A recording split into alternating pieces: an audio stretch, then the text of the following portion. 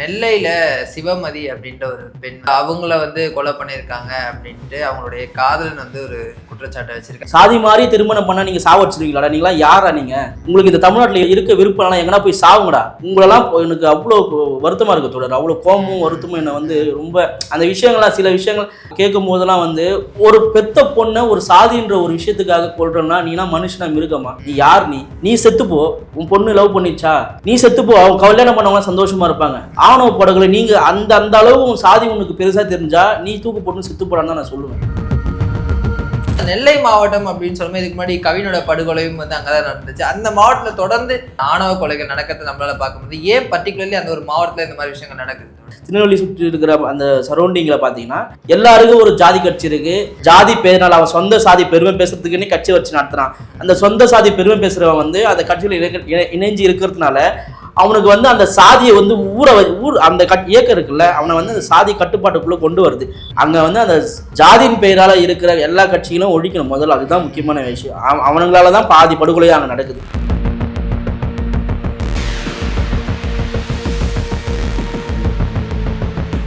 தமிழர் கழகம் நேயர்களுக்கு வணக்கம். நான் உங்க இன்று நம்முடைய வழக்கறிஞர் பிரபாகரன் தான் இணைஞ்சிருக்கேன். வணக்கம் தோழர். தமிழகத்துல இந்த ஆணவ கொலைகள் அப்படின்றது தொடர்ந்து நடந்துட்டு வரது நம்மளால பார்க்க முடியுது. இப்ப சமீபத்துல கூட நெல்லையில சிவமதி அப்படின்ற ஒரு பெண் ஒரு 18 வயசு தான் அந்த பொண்ணுக்கு. அவங்கள கொலை பண்ணியிருக்காங்க அப்படின்ட்டு அவங்களுடைய காதலன் ஒரு குற்றச்சாட்டை வச்சிருக்காரு. அது தொடர்பான விசாரணை நடந்துட்டு இருக்கு. எப்படி பாக்குறீங்க?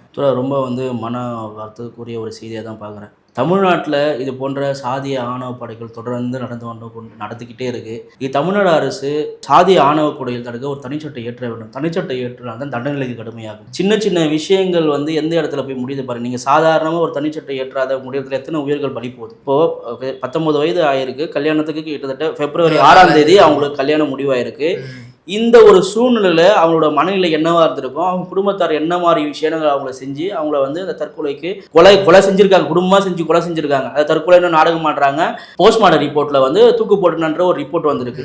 இது இந்த ரிப்போர்ட்லாம் பார்த்தீங்கன்னா சாதியத்திற்கு ஆதரவா போற ஒரு விஷயமா தான் நம்ம பார்க்கணும். ஏன்னா லவ் பண்ண எதுக்கு? சாதி எந்த விதத்துல தொடர் என்ன எனக்கு ஒன்றும் புரியல. அது சாதி மாதிரி திருமணம் பண்ணா நீங்க சாவடிச்சிருவீங்களா? நீங்களாம் யாரா? நீங்க உங்களுக்கு இந்த தமிழ்நாட்டில் இருக்க விருப்பம் எங்கன்னா போய் சாவுங்கடா. உங்களெல்லாம் எனக்கு அவ்வளோ வருத்தமா இருக்கு தொடர். அவ்வளோ கோபமும் வருத்தமும் என்னை ரொம்ப அந்த விஷயங்கள்லாம் சில விஷயங்கள் கேட்கும் போதெல்லாம் ஒரு பெத்த பொண்ணை ஒரு சாதின்ற ஒரு விஷயத்துக்காக கொள்றோம்னா நீனா மனுஷனா மிருகமா? நீ யார்? நீ செத்துப்போ. உன் பொண்ணு லவ் பண்ணிச்சா நீ செத்துப்போ. அவங்க கல்யாணம் பண்ணவங்க சந்தோஷமா இருப்பாங்க. ஆணவ படகுல நீங்க அந்த அளவு சாதி உனக்கு பெருசா தெரிஞ்சா நீ தூக்கு போட்டு செத்து போடான்னு தான் நான் சொல்லுவேன். எனக்கு அது அப்படிதான் எனக்கு சொல்ல தோணுது. அது நீங்க நம்ம அப்படி சொல்றது தப்பா கூட எடுத்துக்கிட்டோம். அதை பத்தி எனக்கு கவலை இல்லை.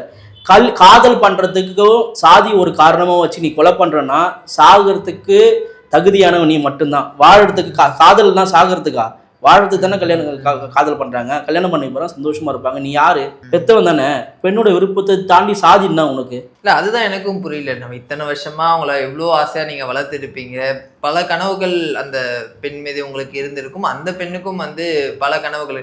அப்படி இருக்கும்போது எல்லாத்தையும் தாண்டி இந்த 18 வருஷ பாசத்தை தாண்டி அந்த சாதி அப்படின்ற ஒரு விஷயம் எப்படி ஊறி போயிருக்கு? என்ன காரணமா இருக்கும்? அது நம்ம எப்படி சொல்றதுனே தெரியல. அவங்களோட மனநிலை ஒரு சாதிய கட்டமைப்புக்குள்ள ஆரம்பத்துல இருந்து இது வரைக்கும் ஒரு சாதிக்குள்ளேயே அவங்க மூழ்கடிக்கப்பட்டு இருக்காங்க. அப்படிதான் நம்ம எடுத்துக்கணும். ஒரு பொண்ணு விருப்பத்துக்கு கூட நம்மளால செய்ய முடியல. அதுக்கு நான் படிச்சிருக்கேன், நான் நல்லா வேலைக்கு போகிறேன், நல்லா சம்பாதிக்கிறேன். இதை விட நான் குடும்பத்தை நடத்துறதுக்கு, என் குழந்தைகளை என் குடும்பங்களை பார்க்கறதுக்கும், என்னோட பொருளாதாரத்தில் நான் உயர்ந்து நிற்கிறேன், மேலே நிற்கிறேன். இதை விட எனக்கு என்ன வேணும்? சாதி எந்த இடத்துல எனக்கு தடையாக நிற்குது? ஏன் அது உன் கண்ணை உறுத்துது? நான் எந்த சாதியை வேணா இருந்துட்டு போகிறேன். உனக்கு என்ன? நான் எனக்கு பிடிச்சிருக்கு, நான் கல்யாணம் பண்ணுறேன், நான் சேர்ந்து வாழ போகிறவன். நீ பெத்த ஒரு ஆண் மகனாக இருந்தாலும் சரி, ஒரு பெண்ணாக இருந்தாலும் சரி, ஒரு பெற்றோர்களுக்கு ஒரு குறிப்பிட்ட வயது வரைக்கும் தான் அவங்க பிள்ளைகள். அடுத்ததுக்கு அவங்களுக்கு திருமணம், அவங்களுக்கு பிள்ளைகள், அடுத்த வாழ்க்கையை நோக்கி போகிறாங்க. அவங்க அவங்களோட அடுத்த வாழ்க்கையை நோக்கி போகும்போது உங்களுக்கு என்ன? 3 நாளுக்கு February 6ஆம் தேதி கல்யாணம்ட்டு பத்திரிக்கை அடிச்சிருக்கீங்க, எல்லாமே பண்ணியிருக்கீங்க. அந்த குறிப்பிட்ட இந்த 3 நாளுக்குள்ள உங்களுக்கு எந்த மாதிரி ஒரு மனநிலை, அந்த பெண்ணை எவ்வளவு சித்திரவதைப்படுத்திருப்பீங்க, எவ்வளவு குடும்பப்படுத்திருப்பீங்க, என்னென்ன வார்த்தைகளை பயன்படுத்தி அந்த பெண்ணை நீங்க இது பண்ணியிருப்பீங்க, எந்த இடத்துல நீங்க அந்த எந்த ஒரு பாயிண்ட் ஆஃப் வியூல எதை சொல்லி நீங்க கொலை பண்ணியிருப்பீங்க.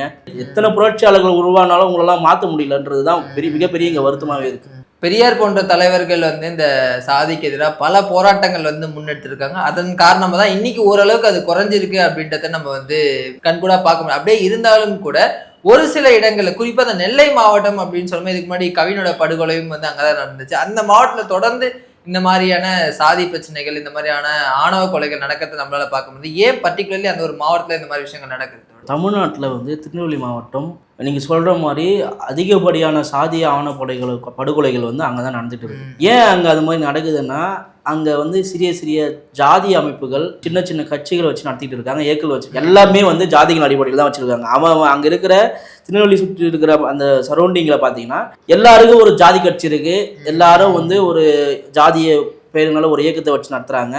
அந்த இடத்துல வந்து இப்போ சிட்டியில் கம்பேர் பண்ணும்போது இயக்கங்கள் கட்சிகள் தான். ஆனால் அங்கே வந்து ஒரு மாவட்டத்தை சுற்றி ஒரு ஊருக்கும் ஒரு கட்சிகள் இயக்கங்கள் ஜாதி பேரினால் அவன் சொந்த சாதி பெருமை பேசுறதுக்குன்னே கட்சி வச்சு நடத்துறான். அந்த சொந்த சாதி பெருமை பேசுறவன் வந்து அந்த கட்சியில் இணைஞ்சு இருக்கிறதுனால அவனுக்கு வந்து அந்த சாதியை வந்து ஊர் அந்த இயக்கம் இருக்குல்ல, அவனை வந்து அந்த சாதி கட்டுப்பாட்டுக்குள்ளே கொண்டு வருது. அப்போ அவன் வந்து தன்னோட பெண்ணோ பையனோ வந்து ஒரு சாதியிலேருந்து மற்றொரு சாதி லவ் பண்ணும் போதோ கல்யாணம் பண்ணும் போதோ அந்த மாதிரியான விஷயங்களை அவங்கள இறுக்கி அந்த ஒரு இடத்துக்கு கொண்டு போகுது. அங்கே வந்து அந்த ஜாதியின் பெயரால் இருக்கிற எல்லா கட்சிகளும் ஒழிக்கணும் முதல்ல. அதுதான் முக்கியமான விஷயம். அவனுங்களால தான் பாதி படுகொலையாக அங்கே நடக்குது. ஜாதியை வச்சு அங்கே பல அரசியல் பண்ணுறான். ஜாதிய படுகொலை நடக்குது. முக்கியமான காரணம், நிறைய காரணங்கள் இருக்கு. முக்கியமானது வந்து இங்க இந்த ஒரு காரணமா நம்ம எடுத்துக்கலாம். ஒரு சில இடங்கள்ல வந்து பெற்றோருக்கே வந்து அந்த பெண்ணுடைய விருப்பம் தான் முக்கியம் அப்படின்னு போன கூட இந்த சுத்தி இருக்கவங்க இருக்காங்க, இந்த சொந்தக்காரங்க, நீங்க சொல்ற மாதிரி ஒரு சில ஜாதி கட்சியை சார்ந்தவர்கள், இவங்க வந்து இந்த மாதிரி பொண்ணு வேற சமூகத்தை சார்ந்த பையனை கல்யாணம் பண்ணிட்டா நாளைக்கு வந்து பிரச்சனை வரும், நாளைக்கு வந்து எங்க ஜாதிக்காரங்க யாரும் வரமாட்டாங்க. ஸோ இந்த மாதிரியான விஷயங்களை அவர் சொல்றதுனால இதனாலே வந்து பாதி பெற்றோர் அந்த நிலைமைக்கு தள்ளப்படுறாங்க அப்படின்ற ஒரு குற்றச்சாட்டும் இருக்கு தோழர். இந்த குற்றச்சாட்டு உண்மை தோழர். ஏன்னா ஒரு சில பெற்றோர்கள், எல்லா பெற்றோர்களும் வந்து தன்னுடைய பிள்ளைகள் வந்து அவங்க சாதியை விட்டு மற்றொரு சாதிக்கு திருமணம் செஞ்சு போது அப்போ வந்து ஒரு சிலர்லாம் வந்து பெண்களை குழந்தைகளை வந்து ரொம்ப ஆசையாக வளர்த்துருப்பாங்க. ஒரு சில இடத்துல அவங்களை காம்ப்ரமைஸ் பண்ணிப்பாங்க. ஆனால் அவங்களோட சுற்றம் இருக்குது பார்த்தீங்களா, சொந்தக்காரங்களும் சரி அந்த ஊரில் இருக்கிறவங்க சரி, அவங்க தான் வந்து இவங்களோட வந்து திணிக்கிறாங்க சில விஷயங்களை. வந்து இது வந்து நீங்கள் வந்து அதை ஆதரிச்சிட்டிங்கன்னா நம்ம சமூகத்துக்கு வந்து கெட்ட பேர், நீங்கள் உங்களை நாங்கள் தனித்து விட்டுருவோம், நீங்கள் வந்து அப்படின்ற மாதிரி ஒரு சில விஷயங்களை அவங்க மேலே திணிக்கி பல கட்டமான ஒரு விஷயங்களை அவங்க மாட்டிக்கிறாங்க. ஆனால் அவங்க போல்டாக முடிவு எடுக்கலாம். நீ என்ன ஒன்றா பண்ணிட்டு போ, எனக்கு என்ன கவலை, என் பொண்ணு அவனுக்கு பிடிச்சிருக்கு, என் பையன் அவங்களுக்கு பிடிச்சிருக்கு, நான் கல்யாணம் பண்ண வைக்கிறேன்ற ஒரு விஷயம் வருதுல்ல. அந்த விஷயத்துல பெற்றோர்கள் வந்து உறுதியாக இருந்தால் இங்க சாதிய ஆணவப்படுகள் தடுக்கப்படும். பெற்றோர்கள் வந்து பிள்ளைகளுக்காகவும் பிள்ளைகள் வந்து பெற்றோர்களுக்காக வாழும்போது எங்கிருந்து வருது இந்த சாதி? உன் சுற்றம் உன்னை கெடுக்குதுன்னா உன் சுற்றம் தேவையில்லை. உன் பையனையும் உன் பொண்ணையும் தான் சாவடிக்க சொல்லுது. அவன் சுற்றமும் நட்பும் உன் ஊரும். அப்படிப்பட்ட ஊர் எதுக்கு உனக்கு? உன் பிள்ளையோட ஊர் முக்கியமா? நீ பெத்து வளர்த்த பிள்ளையோட ஊர் முக்கியம், ஒரு சாதி முக்கியமா? அப்போ பெற்றோர்கள் வந்து இதை நீங்க வந்து தயவு செஞ்சு சொல்றேன், இதை எத்தனை பேர் பார்ப்பீங்க பார்க்க மாட்டீங்கன்றதெல்லாம் தாண்டி பெற்றோர்கள் வந்து தங்களுடைய பிள்ளைகள் ஒரு சாதியிலிருந்து மற்றொரு சாதியில திருமணம் செய்து கொண்டார்களா அப்படின்னு ஒரு இடம் வரும்போது நீங்க வந்து மற்றவர்களுக்காக அந்த சாதியை வச்சு அவங்கள படுகொலை செஞ்சீங்கன்னா அது வந்து இருக்கிறதுலே கேவலமான ஒரு முட்டாள்தனம் தான் நான் சொல்லுவேன். அதே மாதிரி இப்போ வந்து லவ் பண்றாங்க அப்படின்னா அந்த பையன் வந்து சரியில்லை, அவனுக்கு வந்து தீய பழக்கங்கள் இருக்கு, இல்லை வேலைக்கு இந்த மாதிரியான காரணங்களை ரிஜெக்ட் பண்ணாங்க அப்படின்னா ஓகே, அது வந்து அந்த பொண்ணோட எதிர்காலத்தை பாதிக்கும் அப்படின்னு சொல்லலாம்.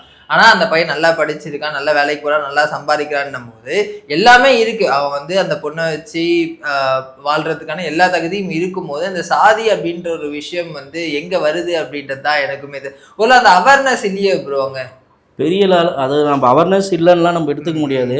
சில பின்தங்கிய மாவட்டங்களில் ஒன்றும் அவேர்னஸ் இல்லைன்னு எடுத்துக்கலாம். பொதுவாக வந்து சாதியை இப்போ முன்னாடி வந்து சாதி பெருமை பேசுகிறவங்க பல பேர் மாறி இருக்காங்க, நம்ம கண்கூடாக பார்த்துருக்கோம். இப்போ சமத்துவம் பேசுகிறாங்க, சமூக நீதி பேசுகிறாங்க, மக்களுக்காக நிற்கிறாங்க, பொதுவான விஷயங்கள் நிற்கிறாங்க. சில பேர் வந்து இன்னும் மாறாதுக்கிறதுக்கு காரணம் அவங்களோட விடாப்பணிதானம் தான் நம்ம எடுத்துக்க முடியும். அந்த வந்து இந்த அரசியல்வாதி குடிப்பெருமைன்னு பேர் வச்சுக்கிட்டு அதுக்குள்ள சில வேலைகள்லாம் செஞ்சுட்டு இருக்கானுங்க. நம்ம வந்து எதை நோக்கி போகணுன்ற ஒரு அரசியல் அந்த விழிப்புணர்வு நம்ம இருக்குல்ல, அந்த விழிப்புணர்வை இந்த மாதிரி விஷயங்கள்லாம் வந்து எல்லா அரசியல் கட்சியுமே வந்து முன்னெடுக்கணும். இப்போ கடலூரில் வந்து தேவஜெசி பிரியான்ற ஒரு வசந்தகுமார் அப்படி நேற்று அவங்களுக்கு கல்யாணம் 3 மாதம் ஆச்சு, வரதட்சணை குடும்பம் ஜாதி, அதுவும் ஜாதி ஆவணப்படைகள் தான் அங்கே விசிகா போராட்டம் பண்ணிட்டு இருக்காங்க. நான் கேட்குறேன், எல்லா ஒரு சாதிய பிரச்சனைகளிலுமே வந்து விசிகா மட்டும் தான் போராட்டம் பண்ணணுமா? ஏன் மற்ற டிஎம்கே சரி ஆளுங்கட்சி விட்டுருங்க, ஏடிஎம்கே பண்ணாதா, பிஎம்கே பண்ணாதா, பிஜேபி பண்ணாதா, இன்னும் எவ்வளவு கட்சிகள் இருக்குது. நம்ம கத்துறாரு தமிழர்ன்ட்டு, அவர் போய் பண்ண வேண்டியது, என்டிகே பண்ண வேண்டியது தானே, போராட்டம் பண்ண வேண்டியது தானே. நானும் எல்லா விஷயங்களும் பார்த்துட்டு யாருக்கு எந்த ஒரு சாதிய அடிப்படையில் ஒரு பிரச்சனை இருந்தாலும் அங்கே முதன்மையாக விசிகா தான் நிற்குது. இப்போ கடலூர்ல பண்ருட்டியில விசிகா தான் நின்று போராடுறது. இங்க இந்துன்னு பேசுற பிஜேபி ஏன் இந்து வந்து இப்போ கொன்ன வந்து இந்து தான், திருநெல்வேலி செத்துவங்களும் இருந்து தான், இங்க பாதிக்கப்பட்டவங்களும் அவங்க கிறிஸ்தவ பறையார கூட இருக்கட்டும். ஆனா அவங்க யாரா இருந்தானே அவங்க ஒரு மனிதன் தானே. நீங்க இந்துன்னு பேசுறீங்கல்ல, சரி அங்க விட்டுருங்க, திருநெல்வேலி போய் பேச வேண்டியது தானே, இந்து ஒரு இந்து பெண்ணை சாவடிச்சுன்னு. அப்ப அந்த இடத்துல வந்து உங்களுக்கு சாதி தெரியல இந்துன்னு தான் தெரியுதா? எல்லா இடத்துக்குமே வந்து சாதிக்கு எதிராக சாதி ஆவணப்படைகளுக்கு ஒரு ஒரு ஏதாச்சும் ஒன்று இருந்தா அது போய் விசிகா தான் முதன்மையா நின்று போராடுறாங்க. மற்ற கட்சிகள்லாம் என்ன பண்றாங்க? இது டிவியில் வந்து பெரிய நியூஸ் ஆகணும், ஃப்ளாஷ் ஆகணும், பேப்பரில் வரணும், அப்படி வரும்போது தான் மற்ற கட்சிகள்லாம் அங்கே போகிறதுக்கு உங்களுக்கு வழி தெரியுமா? ஏன் நீங்கள் ஒரு கட்சி நடத்துறீங்க, உங்கள் கட்சியோட பொறுப்பாளர்கள் அங்கே இருப்பாங்க, ஏன் அதுக்கு ஒரு ஆர்ப்பாட்டம் நடத்துகிறேன் என்ன? தமிழக அரசுக்கு எந்த கட்சி, அது டிஎம்கே இருக்கட்டும் ஏடிஎம்கே இருக்கட்டுங்க, எந்த கட்சி ஒன்றும் ஆட்சி இருக்கட்டும், நீங்கள் ஏன் மற்ற கட்சிகளாக என்ன பண்ணுறீங்க? பெருசானதை போய் பார்ப்பீங்களா? விசிகா மட்டும் தான் அங்கே போராடணுமா? அப்படி போராடுற விசிகாவுக்கு சாதி கட்சி நீங்கள் முத்திரை குத்துவீங்களா? யாருங்க சாதி கட்சி? மக்களுக்கு எல்லாத்துக்கும் போய் நிற்கிறாங்க, எல்லாத்துக்கும் போராட்டம் பண்றாங்க. நீங்க எந்த கட்சி போய் போராட்டம் பண்றீங்க? எந்த கட்சியுமே இது வரைக்குமே, நேற்று வரைக்கும் இது வரைக்குமே கம்யூனிஸ்ட் தோழர்கள் போவாங்க, பெரியார் இயக்கங்கள் போவாங்க.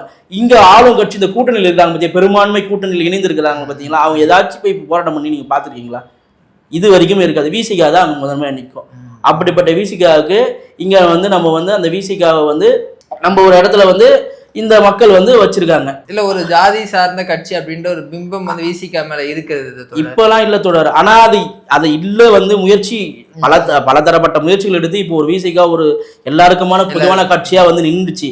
ஆனா இன்னுமே அதை சித்தரிச்சு கொண்டு இருக்காங்க மத்தியெல்லாம். அவன்லாம் என்ன சொல்றதுன்னு நம்ம தெரியல. அவனுக்கு ஒரு பிரச்சனைனாலும் வந்து விசிகா தான் அங்க முதன்மையா நிற்குது. எந்த நீ ஏடிஎம்கே நம்ம எந்த கட்சியா இருந்தாலும் நீ பாதிக்கப்பட்டனா முதன்மையா அங்கதான் நிற்குது. முதல்ல இந்த சாதி ஆணப்படுகளுக்கு சொல்றேன், எல்லா இடத்துலயுமே அவங்க தான் குரல் கொடுத்துட்டு இருக்காங்க. மற்ற எந்த கட்சியும் பெரும்பான்மையா கொடுக்கல. ஒருவேளை அந்த இஷ்யூ கவின் போல அதாவது விஜய்களா பாருங்க, கவின்லாம் எவ்வளவு பெருசா பேசப்பட ஒரு விஷயம், கவின் படுகொலை எல்லாம், அதுக்கு கூட போயிட்டு அவர் வருது தெரிவிக்கல. அந்த அரசியல் அவங்களுக்குன்னு ஒரு கேட்டகரி வச்சிருக்கிறாங்க. அந்த கேட்டகரியை நோக்கி கேஸ்ட் என்னென்ன ஒரு சில விஷயங்கள் வச்சிருக்காங்க, அதை நோக்கி தான் அவங்க பயணம் பண்றாங்களே தவிர்த்து இங்க பெருசா வந்து மக்களுக்காகலாம் வந்து பெருசா இங்க யாரும் இல்லை. இந்த கூட்டணியில் இருக்கிறவங்களாம் பாருங்க, இந்த ரெண்டு போராட்டத்துக்குமே யாரு முதன்மை நிற்கிறாங்க, யாரு போராடுறாங்க, யாரு எந்தெந்த விஷயங்களை கொண்டு வராங்க, தொடர்ந்து ஒரு லிஸ்ட் எடுங்களேன். சாதி ஆவணப்படுகொலை நடந்த விஷயங்கள்ல எந்த இயக்கமோ கட்சியோ போய் முன்னெடுத்து நின்று அவங்களுக்கான நீதி பெற்று கொடுத்துருக்காங்கன்றதை நீங்க பாருங்களேன். அதுல எந்த கட்சியும் இருக்காது. ஏடிஎம்கே இருக்காது. இப்போதைக்கு நான் கரண்ட்ல டிஎம்கே ஆளுங்கட்சியா இருக்கிறதுனால மற்ற கட்சிகளை சொல்றேன். இப்போ ஏடிஎம்கே ஆளுங்கட்சியா தான் டிஎம்கே சொல்லுவேன், ரெண்டுத்தையும் சொல்லுவேன். மற்ற கட்சி இப்போ பாட்டாளி மக்கள் கட்சி பாதி சாதி ஆணைப்படுறது பாட்டாளி மக்கள் கட்சிக்கு தான் காரணம். அவனா பேசுறது வந்து அவங்க சமூக நீதி சமத்துவம்லாம் பேசுவாங்க, பேசுறதோட இருப்பாங்க, ஒன்றும் பெருசா பண்ண மாட்டாங்க. இந்த என்டிகே என்ன பண்றாங்க? அவங்க தமிழ் கத்தினுறாரு, என்னது கத்துறாரு? ஓட்டுக்கு எலெக்ஷன் வந்து பொட்டி வாங்குறதுக்கு கத்துவாரு. இதுக்கு ஒரு கண்டன அறிக்கை விட்டு சொல்லுங்களேன். அதெல்லாம் வருத்தம் தொடர். நீங்க ஒரு வழக்கறிஞர் இருக்கிறதுனால இந்த ஒரு கேள்வி நான் கேட்கிறேன். இந்த மாதிரியான கொலைகள் இல்ல வந்து இந்த மாதிரியான குற்றங்களுக்கு வந்து என்ன மாதிரியான தண்டனைகள் வந்து கொடுக்கப்பட வாய்ப்பு இருக்கு? தண்டனைகள் வந்து கண்டிப்பாக கடுமையாக இருக்கும் தொடர். இப்போ வந்து ஐபிசியில் 304, 120, 34, இப்போ SC/ST ஆக்ட் வன்கொடுமை தடுப்பு சட்டம் போடுவாங்க. இப்போ நம்ம என்ன கேட்குறோன்னா, இதில் வந்து ஆவண கொலைகளை தடுப்பதற்கு தனிச்சட்டம் வேண்டும்னு கேட்குறோம். இப்போ தனிச்சட்டம் வந்துச்சுன்னா தண்டனைகள் வந்து மிக கடுமையாக இருக்கும். இப்போ SC/ST ஆக்ட் இல்லாமல் அதுக்குன்னு ஒரு தனி சட்டம், அந்த சட்டத்தின் மூலியமாக தான் அவங்களுக்கு எஃப்ஐஆர் போகும், எல்லாமே அது மூலியமாக தான் நடக்கும். இதன் மூலியமாக இந்த தனிச்சட்டம் மூலியமாக என்ன நடக்குன்னா, அவங்களோட வழக்கு வந்து ரொம்ப சீரியஸாக எடுத்துக்கப்படும். இப்போ இதில் சில வந்து சாட்சிகளை வந்து கலைக்கிறதுக்கான வாய்ப்புகள் இருக்குது, நிறைய விஷயங்களை அவங்க செய்யலாம். இந்த வழக்கு ரொம்ப தீவிரமாக விசாரிக்கப்படும். ஒன்று, அந்த சாட்சியங்கள் வந்து எந்த விதத்துலேயும் வந்து அழிக்கப்படாது, ரொம்ப சீரியஸாக பாதுகாக்கப்படும். அதே மாதிரி தண்டனைகள் மிக கடுமையாக இருக்கும், மரண தண்டனை வரைக்கும் போகும். இது மூலிமா இது மாதிரி விஷயங்கள், இந்த மாதிரி சட்டங்கள் வரும்போது தான் இந்த மாதிரி வேலைகள் செய்கிறானுங்க பார்த்தீங்களா, அவங்களுக்கு பயம் உண்டாகும். இது வந்து அந்த ஐபிசியை கம்பேர் பண்ணும்போது இந்த தனி சட்டங்கள் வந்து அதை விட பல விஷயங்களை வந்து இங்கே நமக்கு தேவைப்படுது. அதுக்காக தான் நம்ம தொடர்ந்து தனிச்சட்டம் வேணும் அப்படின்றத வந்து நம்ம கோரிக்கையாக வச்சுட்டு இருக்கோம், எல்லாருமே வச்சுட்டு இருக்காங்க. இந்த விஷயங்களை வந்து நம்ம எப்படி எடுத்து போனோமா, எந்த ஒரு காரணத்துக்காகவும் ஆணவ தடுப்பு அந்த சட்டத்தின் மூலயமா வழக்கு வந்து நீர்த்து போகவே போகுது. உடனடியான டைம்லாம் அதிகபட்சமாக எடுத்துக்காது. உடனடியாக குறைந்தபட்ச காலகட்டத்திலேயே வந்து அது விசாரிக்கப்பட்டு அதற்கான தண்டனைகள், அது A1 A2ன்றதையும் தாண்டி அதில் கடைசி லெவலில் ஒருத்தவங்க இருப்பாங்க பார்த்தீங்களா, அந்த இடத்துல இருந்தவங்களுக்கு கூட A1 A2 என்ன பண்ணாங்களோ அவங்களுக்கான தண்டனைகளை தான் அவங்களுக்கு விதிக்கப்படும். இப்போ அந்த இடத்துல ஒரு சின்ன ஒரு ஹெல்ப் கூட பண்ணியிருந்தாலும் மரண தண்டனை தான், லைஃப் சென்டென்ஸ்னா லைஃப் சென்டென்ஸ் தான், அவங்களுக்கும் அதுதான். தொடர்ந்து நம்ம எந்த ஒரு விஷயத்துக்காகவுமே இந்த ஆவண சட்டங்கள் வந்து சமரசம் செஞ்சு சொல்லாது. மற்ற ஐபிசியோட கம்பேர் பண்ணும்போது எஸ்சி/எஸ்டி கம்பேர் பண்ண தனிச்சட்டன்றது வந்து இது வந்து ரொம்ப முக்கியமானதாக கருதப்படுது. இது வந்துச்சுன்னா இன்னும் நம்ம வந்து இந்த கொலைகளை வந்து கண்ட்ரோல் பண்ணலாம். ஸோ இந்த மாதிரியான சட்டங்கள் வரது அப்படின்றது இந்த மாதிரியான கொலைகளை தடுக்கும் அப்படின்னு வந்து சொல்லுவார். கண்டிப்பா தோழர். இப்போ பண்றவங்களுக்கு என்ன பனிஷ்மெண்ட் என்ன விஷயங்கள் ஜாமீன்ல வந்துடுறாங்க. ஆனா ஆவண கொலைகளை தடுப்பதற்கு தனி சட்டம் இயற்றினால் ஜாமீன்லாம் கிடையாது. ஜாமீனும் அதுல இருக்கவே இருக்காது. நீங்க சார்ஜ் ஷீட் ஃபைல் பண்றவாங்க, சார்ஜ் ஷீட் ஃபைல் பண்ணா அவங்க வெளியே வரதுக்கு வாய்ப்பே கிடையாது. விசாரணை முடிகிற வரைக்கும் உள்ளதா இருக்கணும். அந்த வழக்குகள் வந்து இதன் மூலியமா விசாரிக்கக்கூடிய வழக்குகள் வந்து ரொம்ப ரொம்ப ரொம்ப மிக தீவிரமான ஒரு விஷயமா தான் இருக்கும் இப்ப இருக்கிறதை விட. அதனாலதான் தொடர்ந்து நம்ம வந்து தனிச்சட்டம் வேண்டும், ஆவணக்கொலைகளை தடுப்பதற்கு தனிச்சட்டம் வேண்டும் என்று தொடர்ந்து அனைத்து விதமான இயக்கங்களும் கட்சிகளும் வந்து கோரிக்கை வச்சுட்டு வர்றாங்க. அது சீக்கிரத்தில் பரிசீலனை பண்ணணும் தமிழக அரசு. தகவலுக்கு ரொம்ப நன்றி. நன்றி தொடர்.